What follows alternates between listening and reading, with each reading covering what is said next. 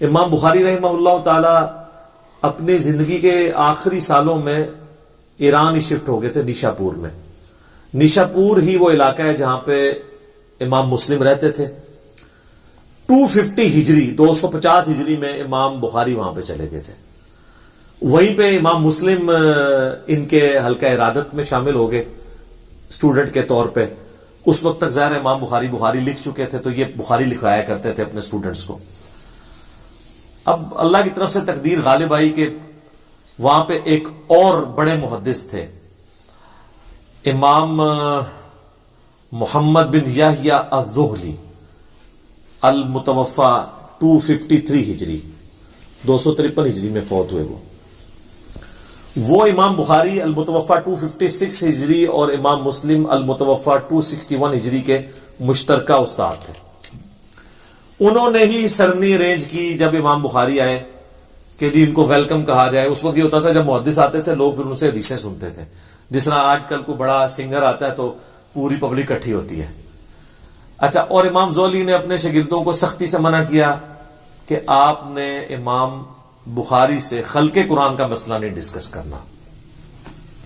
اچھا، یہ جو میں واقعہ کو بتا رہا ہوں یہ تمام اسماء و رجال کی کتابوں میں تواتر سے نقل ہوا ہے۔ اسماء و رجال کے حوالے سے بھی لوگ پوچھتے رہتے ہیں، یعنی یہ جو حدیث کے راوی ہیں ان کے حالات زندگی، اس علم کو جو ڈیوائز کیا گیا اسماء الرجال، رجال رجل مرد کو کہتے ہیں، اسماء ان کے نام۔ اس میں امام ابن حجر اسقلانی کی کتاب ہے التہذیب التہذیب، ابن حجر اسقلانی المتوفی 852 ہجری، اور ان سے بھی پہلے امام ذہبی المتوفی 748 ہجری، ان کی کتاب ہے سیر اعلام النبلاء۔ ان دونوں میں یہ واقعہ موجود ہے جو میں واقعہ آپ کو بیان کر رہا ہوں۔ اب اللہ کرنا یہ ہوا کہ اب ظاہر شرارتی لوگ تو موجود ہوتے ہیں، جس طرح یہاں کے لوگ یزید کا مسئلہ چھیڑ ہی لیتے ہیں، ٹھیک ہے۔ انہوں نے وہ انگلش میں محاورہ بھی ہے، forbidden fruits are always sweet, منع کیے گئے پھل ہمیشہ میٹھے ہوتے ہیں۔ خلق قرآن کا مسئلہ کسی نے پوچھ لیا کہ بتائیں کہ قرآن مخلوق ہے یا غیر مخلوق؟ تو امام بخاری نے کہا کہ اللہ کا کلام جو ہے وہ غیر مخلوق ہے، چونکہ کلام متکلم کی صفت ہوتا ہے تو قرآن اللہ کی صفت ہے، تو یہ ظاہر ہے غیر مخلوق ہے۔ اب یہاں تک تو اتفاق ہے سب کا۔ اس کے آگے دو سکول آف تھاٹ تھے۔ ایک سکول آف تھاٹ یہ تھا، یہ جو ہمارے ہاتھ میں مصحف ہے نا، اور یہ پیجز کے اوپر جو لکھی ہوئی انک ہے اور یہ جو الفاظ ہیں، یہ چونکہ کاتب لکھتا ہے لہذا یہ تو مخلوق ہے، اور یہ لاجیکل بھی ہے، یہ میرے ہاتھ کی کریشن ہے، یا پرنٹنگ پریس پہ کچھ چھاپتا ہے تو اس کی کریشن ہے۔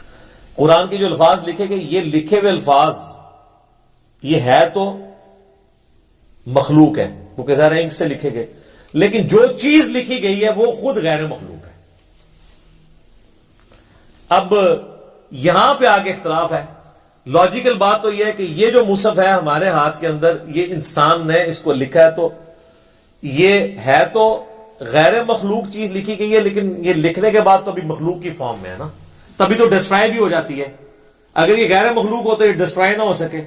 اب یہ قرآن کو اگر کوئی معاذ اللہ توہین کرتا ہے، یا کوئی پرانے اوراق جس طرح حضرت عثمان نے جلوا دیے تھے، صحیح بخاری میں آتا ہے، تو وہ تو پھر اگر غیر مخلوق اس کو مانے تو پھر تو جلنا ہی نہیں چاہیے تھا۔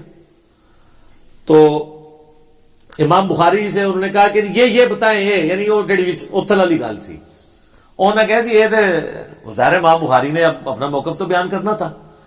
انہوں نے کہا کہ یہ تو مخلوق ہے۔ انہوں نے کہا جی اور امام بخاری نے مخلوق کہتا ہے، جی اے دیکھ لو، اے گمراہ ہے بندہ۔ اب وہ پورا مجمع ظاہر ہے امام بخاری کے خلاف ہو گیا، حتیٰ کہ ان کو وہ شہر، حالانکہ وہ اس نیت سے گئے تھے کہ میں باقی زندگی وہیں پہ گزارنی ہے۔ اب وہ ان کے استاد صاحب بھی آگے، انہوں نے جناب اناؤنسمنٹ کرا دی۔ انہوں نے کہا اب وہ کیوں یہ کر رہے تھے، وہ عمرو بن حنبل کے شاگرد تھے، المتوفی 241 ہجری۔ چونکہ عمرو بن حنبل نے مارے کھائی ہوئی تھی خلق قرآن کے مسئلے میں، خلیفہ عباسی معتصم باللہ کی۔ اب جو بندہ قربانیاں دیتا ہے نا، تو اس کے ساتھ جو لوگ وابستہ ہوتے ہیں نا، ان کی عقیدت بھی آخری درجے کی ہوتی ہے۔ وہ کوئی غلط بات بھی کرے نا تو وہ اس کو بھی اون کرتے ہیں، کہتے ہیں اتنی ان کی قربانیاں دین کے لیے، جیسے کہتے ہیں نا جناب، جس طرح ہم جب کوئی پرائم منسٹر کی غلطی ہائی لائٹ کرتے ہیں، وہ کہتے ہیں نہیں بندہ ایماندار ہے، ہم کہتے ہیں یار ایماندار ہے، مان لیا ہے، ہم سٹامپ پیپر پہ لکھ کے دیتے تھے ہم ایماندار مانتے ہیں، لیکن مطلب حکومت میں یہ کمزوریاں آ رہی ہیں، تو وہ وہاں پہ بھی نا وہ نہیں جی خدمات ہے تو ان کو غلط کہہ رہے ہیں وہ بھی بننا ہے، یا انہوں نے نہیں کہا چونکہ اس مسئلے میں غلوف کیا تو ان کے نام پہ غلط چیز منسوب کر دی جائے۔ انہوں نے کہا جی بھائی جی گل یہ ہے کہ بھائی جو بندہ بھی امام بخاری کے اس عقیدے پہ ہے نا، تو امام زولی نے کہا کہ میری مجلس سے وہ اٹھ جائے۔ تو سب سے پہلے امام مسلم اٹھے، امام بخاری تو خیر اٹھ ہی گئے اور نکل گئے، یعنی انہوں نے یہ کہا کہ میں ایگری نہیں کرتا ہوں۔ یہ ایٹیٹیوڈ تھا امام زولی کا۔ اور دوسری طرف امام زولی کا نام اگر ہم آپ کو بتائیں تو آپ کو پتا ہے ان کو کوئی جانتا بھی نہیں ہے۔ ایون اگر آپ ویکیپیڈیا پہ بھی جا کے لکھیں نا امام بخاری امام مسلم تو آپ کو سینکڑوں صفحے ملیں گے، اس بندے کا آپ نام بھی لکھیں نا تو اس بندے کے نام کے ساتھ بھی آپ کو کچھ نہیں ملے گا۔ یہ میں آپ کو بتا رہا ہوں کہ کوئی شخص اگر اختلاف رائے کرتا ہے تو کسی کی خدمات کو ختم نہیں کر سکتا دنیا سے۔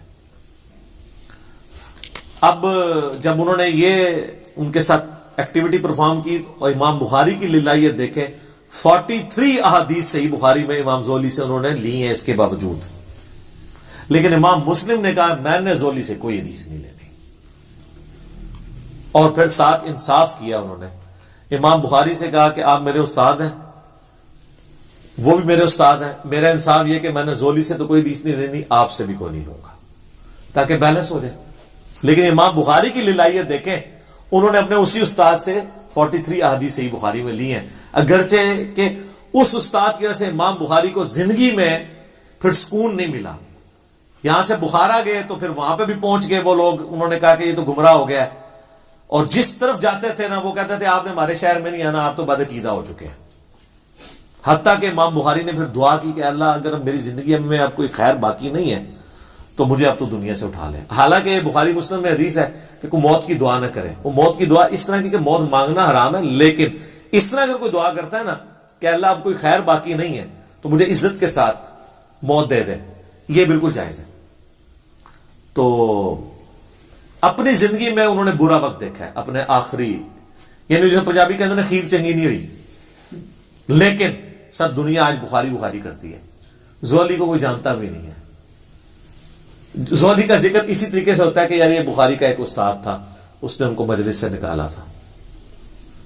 بہرحال اس شر میں سے خیر یہ نکلا کہ امام مسلم نے انڈیپینڈنٹ سند سے نبی علیہ السلام سے احادیث لی، ورنہ انہوں نے اکثر احادیث بخاری سے لے لینی تھی۔ جیسے کہ امام بخاری کے شاگرد ہیں امام ابن خزیمہ، اس کے بعد ان کے آگے سے شاگرد ہیں امام ابن حبان۔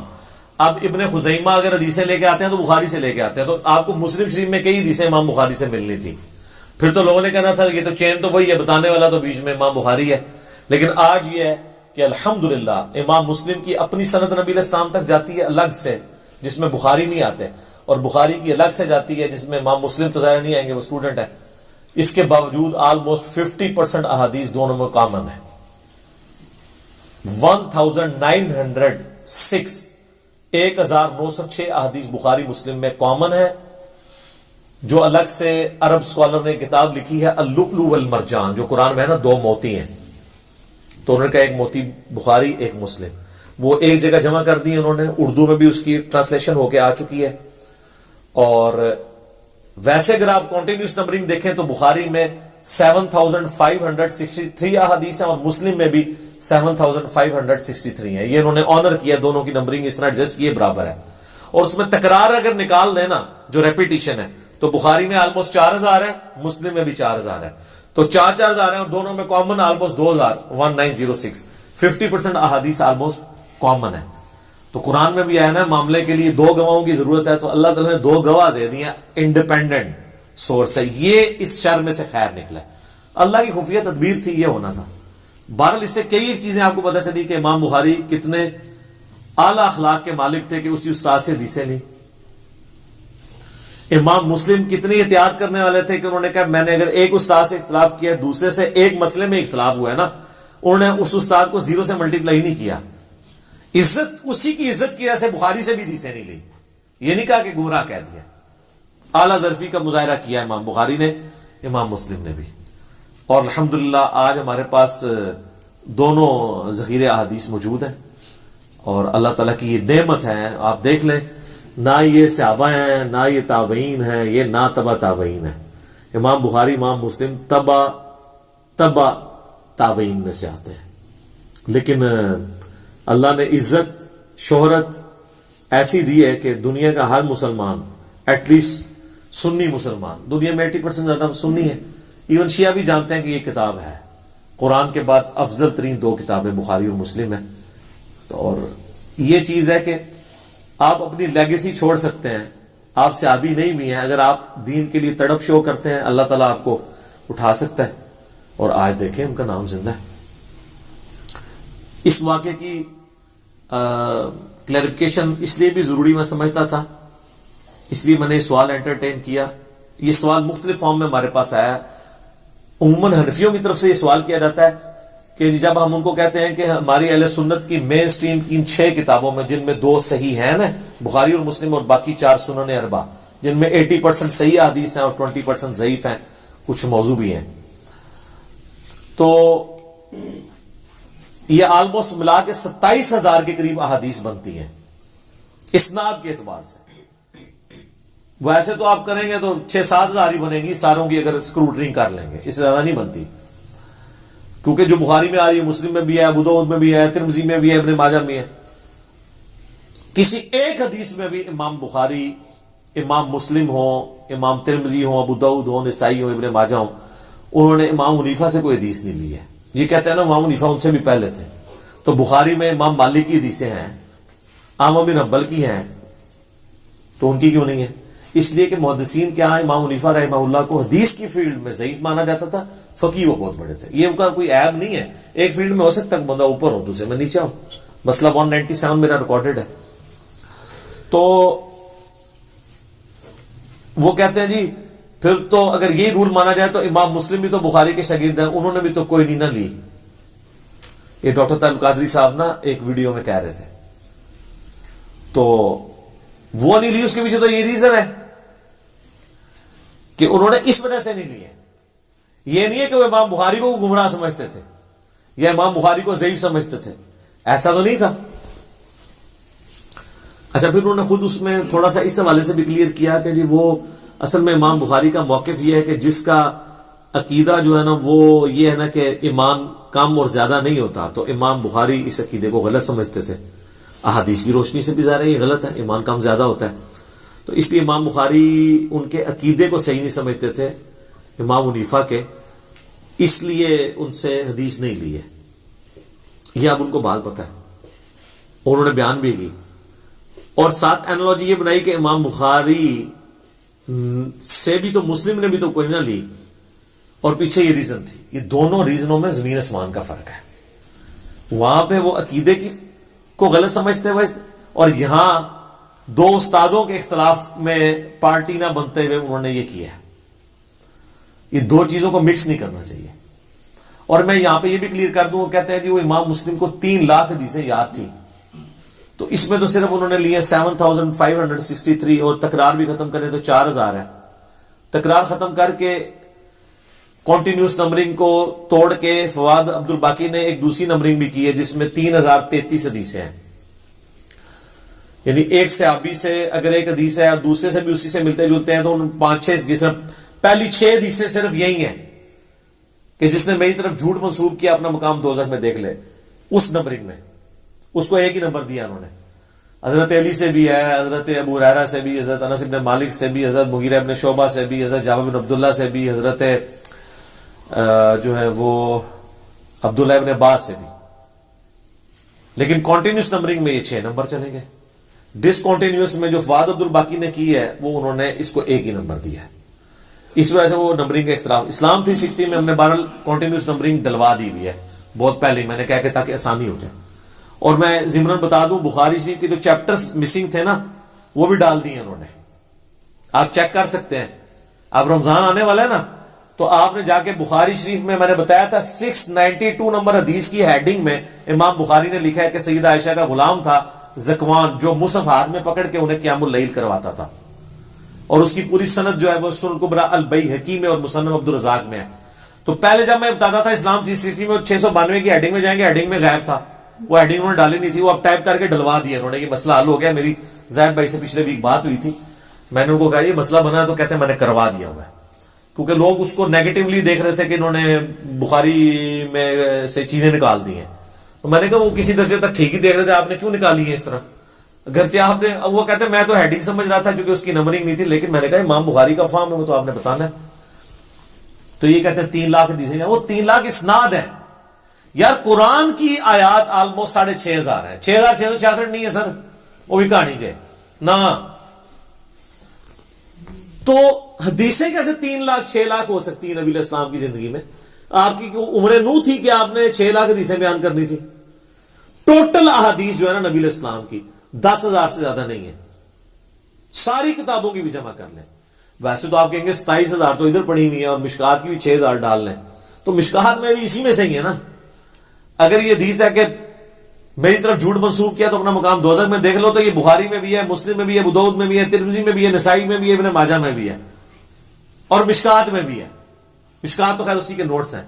7 جگہ پہ ایک حدیث ہے، تو اس کو 7 دفعہ تو نہیں گنا جائے گا، 1 دفعہ۔ اور اس ایک حدیث کے بھی امام بخاری کئی ایک طرق لے کے آئے بخاری میں، اور ہر ایک کو علیحدہ نمبر دیا گیا بعد میں۔ امام بخاری مسلم نے تو نمبرنگ نہیں کی تھی، نمبرنگ تو ابھی 40-50 سال پہلے ہوئی ہے سٹینڈرائز، تاکہ آسانی کے ساتھ ڈھونڈا جا سکے۔ تو اب وہ آپ یہ کہیں گے کہ جناب یہ 7 حدیثیں ہوگی، ایک ہے۔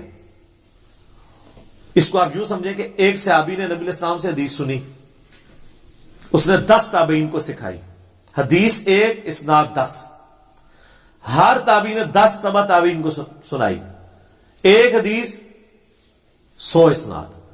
اور امام بخاری امام مسلم تو آ رہے ہیں تبع تابعین میں، وہاں پہنچتے ہوئے ایک ایک حدیث کی 1000 اسناد ہیں، اگر ایک صحابی بھی ہو، اور اگر کئی صحابہ ہوں تو لاکھوں میں اسناد جائیں گی۔ انما الاعمال بالنیات کی 700 اسناد ہیں، حدیث تو ایک ہے۔ کہتے جی وہ لکھاں حدیث سنتے ہیں، انہوں نے نا تھوڑی جی وہ جڑیاں نہیں لئی ہیں وہ ساڑیاں سر، وہ آئی نہیں سنتے۔ اچھا دیکھیں جو چیز سامنے موجود ہے اس کو تو نہیں ماننا، جو انہوں نے نہیں لی وہ ماننی،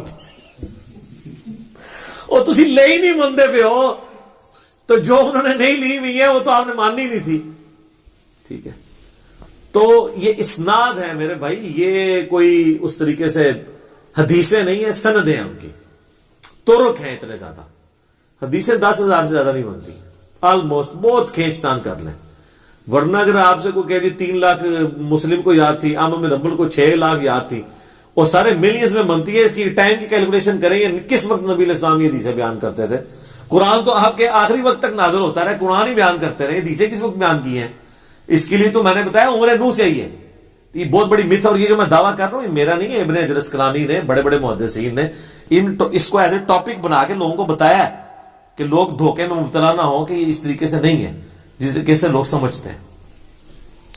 تو یہ ایک واقعہ تھا، میں نے اس کے ساتھ کچھ جو کو ریلیٹڈ چیزیں تھیں جو اکثر سوالات لوگ کر رہے ہوتے ہیں، میں ساتھ ساتھ جو میرے دماغ میں آتا ہے نا میں بیان کر دیتا ہوں کہ کوئی چیز اس میں سے اسکپ نہ ہو جائے۔ ٹھیک ہو گیا جی؟